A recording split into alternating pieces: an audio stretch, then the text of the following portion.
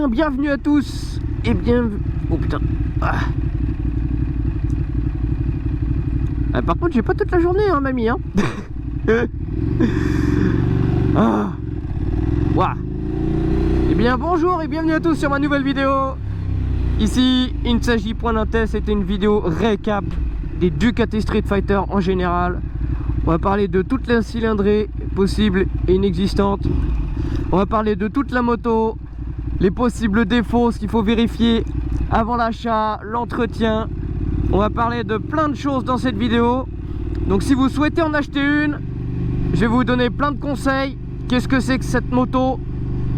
C'est une moto qui est extrêmement appréciée, extrêmement réputée, qui est adorée par les gens, et parfois ça peut porter à de mauvaises choses. Donc on va parler de tous les chapitres que vous voyez marqués sur l'écran. On va parler de tout ça. Donc en premier temps, on va parler de la base. Qu'est-ce que c'est que cette Ducati Street Fighter? D'où ça vient? À quoi ça sert? Alors, tout simplement, les Ducati Street Fighter, c'est quoi? C'est une moto qui a été faite pour remplacer le Ducati Monster S4R. Un S4R issu du Ducati Monster. C'est un roadster sportif. Première chose à dire tout de suite, si vous pensez que le Street Fighter est un roadster issu du super sportif comme les autres, c'est-à-dire d'une moto qui est faite pour rouler sur piste, qui a été passée en roadster plus confortable, etc., etc., avec moins de puissance, plus agréable au quotidien, avec du confort, faite pour le duo, et ben vous vous trompez à peu près complètement. Vous achetez une Street Fighter, vous achetez une moto qui est complètement unique et vous achetez la philosophie Street Fighter. C'est-à-dire que grossièrement, hein, le Street Fighter c'est quoi? C'est issu de la SBK, la moto SBK 848 et 1098. Qu'est-ce que c'est les SBK? Ben, c'est les super sportifs de chez Ducati avant les Panigale en fait. Et bien grossièrement c'est une SBK décarénée avec quelques chevaux qui partent et quelques carters qui changent et un guidon droit. Grossièrement c'est ça. Si vous pensez pouvoir faire des road trips de 3000 bornes en duo dans un confort monumental, c'est complètement faux. C'est une moto depuis le départ qui a été faite pour arracher de la sportive. C'est une moto comme je les aime. C'est-à-dire que c'est une moto qui a été pensée comme ça. Elle a été vendue comme ça, sans aucune concession. C'est pas une moto qui est comme les bécanes malheureusement d'aujourd'hui. Pour exemple le triste SMCR. C'est-à-dire qu'au jour d'aujourd'hui on veut faire des motos qui plaisent à tout le monde. Ducati a vendu le Street Fighter grossièrement en disant ben, la moto elle est comme ça. Si elle te plaît pas, tu l'achètes pas. Donc là c'est une moto qui est assez particulière. C'est-à-dire que l'arrière est plus haut que l'avant. C'est-à-dire que vous avez les jambes quand même assez pliées.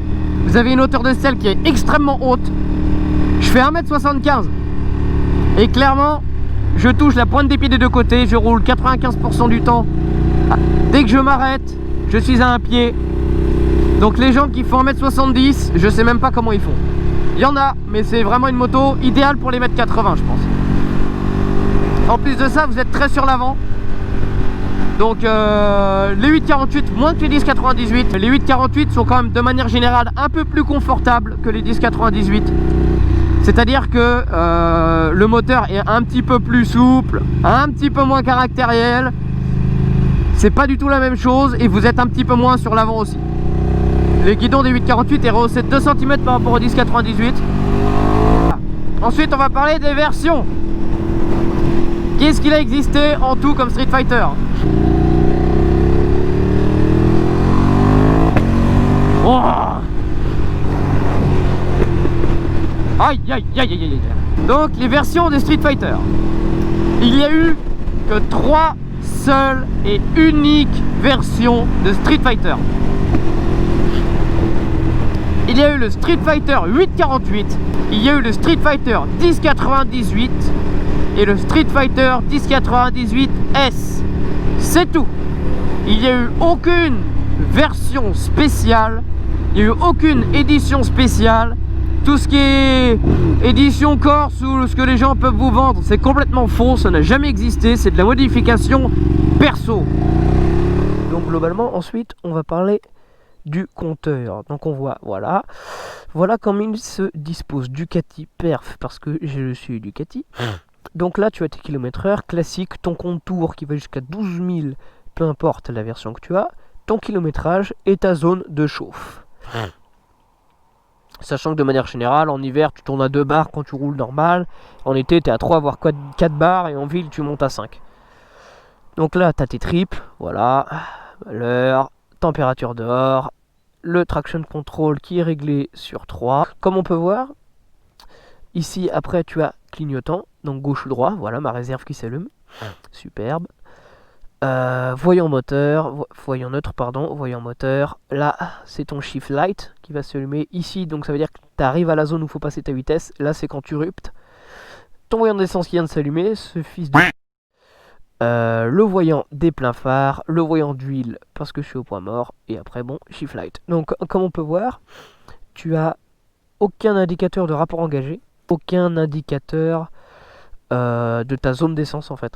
C'est soit t'es full, soit t'es en réserve. Donc c'est à dire que là je suis paumé et je vais faire le plein à 25 bornes, sachant que genre si t'es chanceux tu fais 30 km grand max, tu vois. Donc bon, voilà. Je viens de faire un super fail. Je parle depuis 35 minutes, c'est pas enregistré, je dois tout recommencer avec 76% de batterie. C'est vraiment génial. Donc comme on peut le voir, je suis un nain. Donc je viens de me pencher comme un goret pour pouvoir passer ma jambe par-dessus le carénage. Ça, faut l'envisager aussi quand vous êtes petit. Donc après cette vague interlude, on va parler du comportement de la moto. Comment ça se comporte? Comme toutes les autres motos? Eh bien non. Étant donné que tu es très sur l'avant, si tu conduis qu'au guidon, tu vas t'épuiser extrêmement vite. C'est une moto qui est le prolongement de ton corps. Si tu ne bouges pas ton cul de la selle, la moto ira tout droit. C'est vraiment une moto, faut jouer des cale-pieds, faut sortir la tête quand tu penches, faut sortir la fesse, faut pas hésiter à déhancher. Et là, la moto va être beaucoup plus stable. C'est bien, ces deux moteurs, ma réserve, elle s'allume, elle s'éteint, elle s'allume, elle s'éteint. C'est vraiment une Ducati.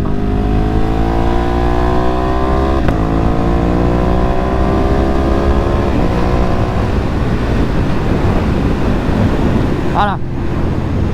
Donc faut bien comprendre, c'est deux moteurs bien différents. Comme j'ai dit, tu as les avant 6000, le moteur va être rond pour la ville, etc. Tu roules sur le couple. Entre 6 et 7005, ça va être la période de montée en puissance. Ta puissance va faire 2 vagues. Et à partir de 8000 jusqu'à 12 000, enfin 11 000, bon 12 000, là ça arrache sa mère. Le 1098, quant à lui, va marcher forcément beaucoup plus fort, mais il va marcher plus en bas et milieu de régime.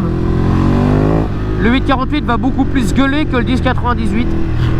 En fait, le 1088, c'est un peu plus comme un V2 classique en fait. C'est juste que c'est ultra puissant. Le 848 est peut-être moins fun que le 1098, oui. Le 848, c'est vraiment une moto pour moi qui est pensée efficacité, quoi. Le 1098, c'est vraiment du fun en barre. Donc là, si vous savez toujours pas quoi prendre pour l'instant, l'entretien va vous décider, ça dépend de votre bourse en fait. Le 848 est très bien, car il coûte pas trop cher et t'as quand même l'effet Street Fighter qui est génialissime. Le 1098 est peut-être beaucoup plus fun, beaucoup plus exclusif, voilà. Mais niveau de l'entretien, c'est pas la même chose du tout. C'est-à-dire que déjà le 1088 embrayage à sec, il va s'user 2 fois plus vite que ton embrayage à bain d'huile. En plus de ça, oh des moteurs, tu as les courroies à changer. C'est-à-dire que tous les Street Fighter, toutes versions confondues, tu as les courroies à changer. Sachant que la révision des courroies sur les 848, c'est tous les 24 000 km ou tous les 5 ans. Cette révision coûte, si vous habitez dans une ville moyenne, donc moi je prends l'exemple de La Rochelle. La Rochelle, la révision c'est 723 €. Voilà, un truc comme ça pour être précis. Ou 750, on aurait dit à 750. Vous trouvez un petit mécanicien sympa et tout, bon, il peut vous le faire pour 300. Si vous habitez à Paris, cette révision c'est 1000 balles, voire même plus de 1000 balles. Mais les 1098, c'est tous les 12 000 km ou tous les 2 ans. C'est-à-dire que si tu habites en région parisienne et que tu as acheté un 1098S, ce qui est déjà pas d'une énorme logique, tu dois te préparer mentalement à dépenser 1000 balles tous les 2 ans juste pour pouvoir rouler. Mais bon, après ça c'est toi qui décides. Voilà, ouh, enfin revenu sur une vraie route. Donc maintenant, on va parler du sujet qui fait mal, la fiabilité. Ça c'est tout ce que la question que tous les mecs qui n'ont jamais touché une Ducati se posent. Est-ce qu'une Ducati c'est fiable? Il paraît que ça casse, blablabla, blablabla. Bon, alors on va être honnête. Toute moto, je le dis, je l'assume, bien entretenue, si tu fais pas l'énorme bourrin avec, est fiable. Et en plus de ça, les Street Fighter, de manière générale, n'ont pas beaucoup de problèmes. Ou alors des problèmes genre, c'est un petit câble électrique qui a foiré. Bon, tu changes la petite cosse, pouf, ça redémarre. 3 fois rien. Je vais prendre l'exemple d'un mec. On va l'appeler Toto dans la vidéo, tiens, comme ça, il se reconnaîtra et ça permet de pas donner son nom. Qui roule, qui fait attention à sa mécanique, il fait de la piste, mais il entretient bien sa moto. Il fait de la piste à un niveau expert, il met 2 secondes à tous mes potes. Et là, il a fait l'entretien de ses 53 000 km, et à part de l'usure normale sur sa moto, il n'y avait rien du tout. Il y a un mec aux États-Unis avec un 848, il a passé les 100 000 km. Et pour ceux qui sont encore bloqués sur les blagues des Ducati des années 2000, oui, c'était avec le même moteur. Donc, les 848 comme les 1098 de manière générale sont fiables. Mais, il y a un mais. Parce qu'il y a un élément moteur qui ne supporte pas les mauvais traitements. C'est-à-dire que tu peux très bien pister autant que tu veux. Tant que tu entretiens ta machine, tant que tu fais pas le coup à froid, il y aura 0 problème.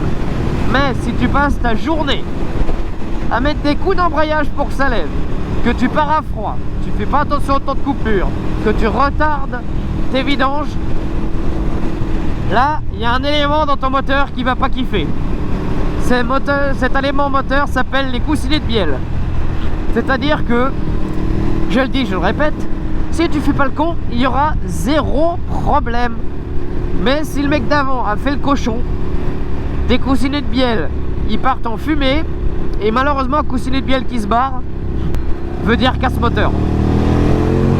Alors comme ça peut faire peur, mais il y a quand même des moyens, de voir si c'est mort ou pas.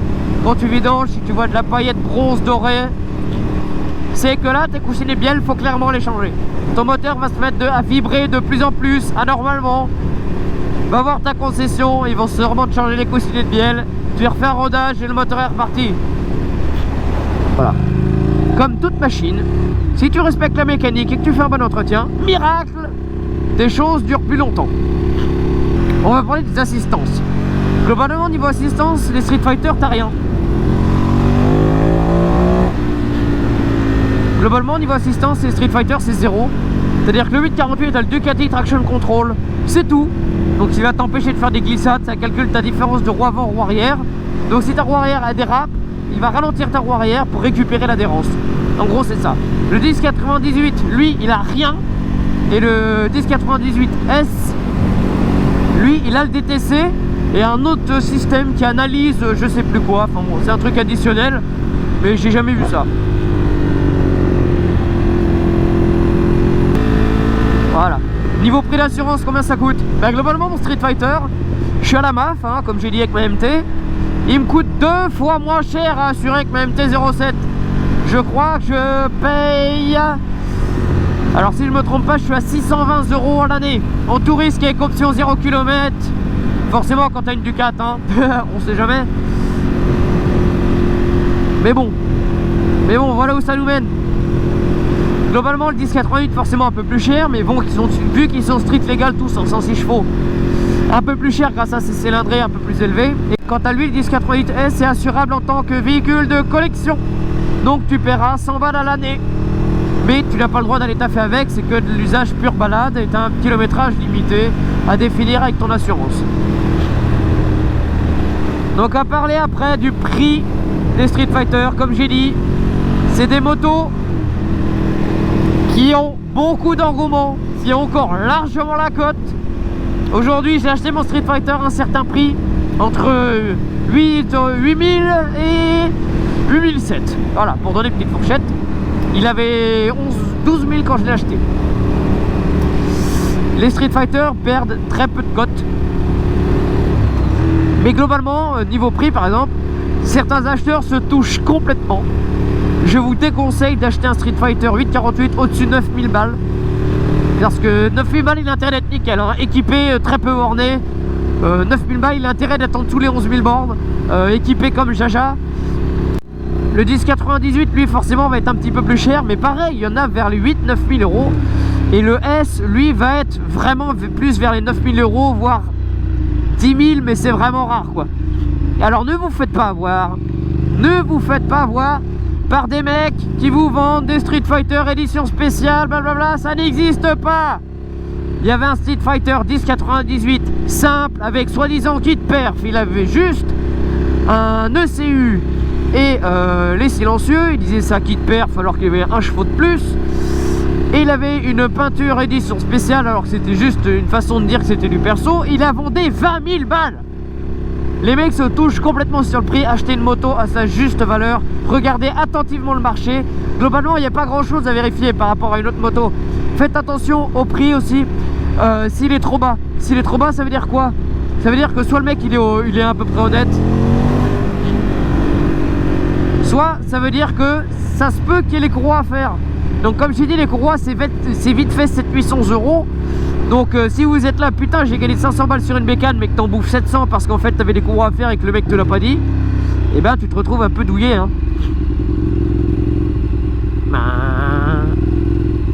Donc ne vous faites pas avoir là-dessus. Faites attention aussi aux gens qui vous disent j'ai un filtreur qui rajoute 5 chevaux, une demi-ligne qui en rajoute 3, un ECU qui en rajoute 6, blablabla. Vous pouvez avoir un kit perf Ducati, tout ce que vous voulez, sans réglage au banc, ça ne vaut rien du tout. Ça vaut que dalle.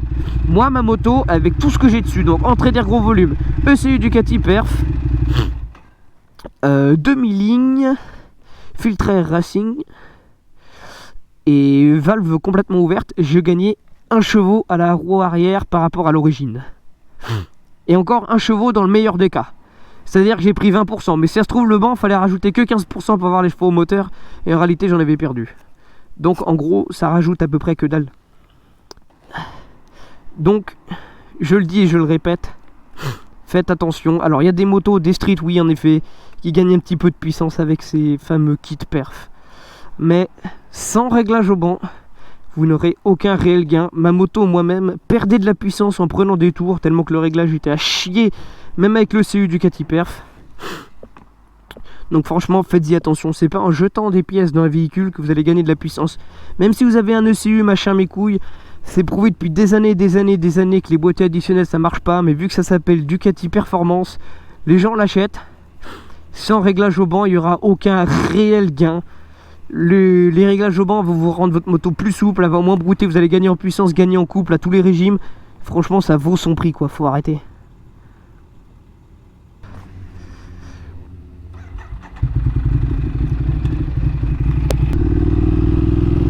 Voilà.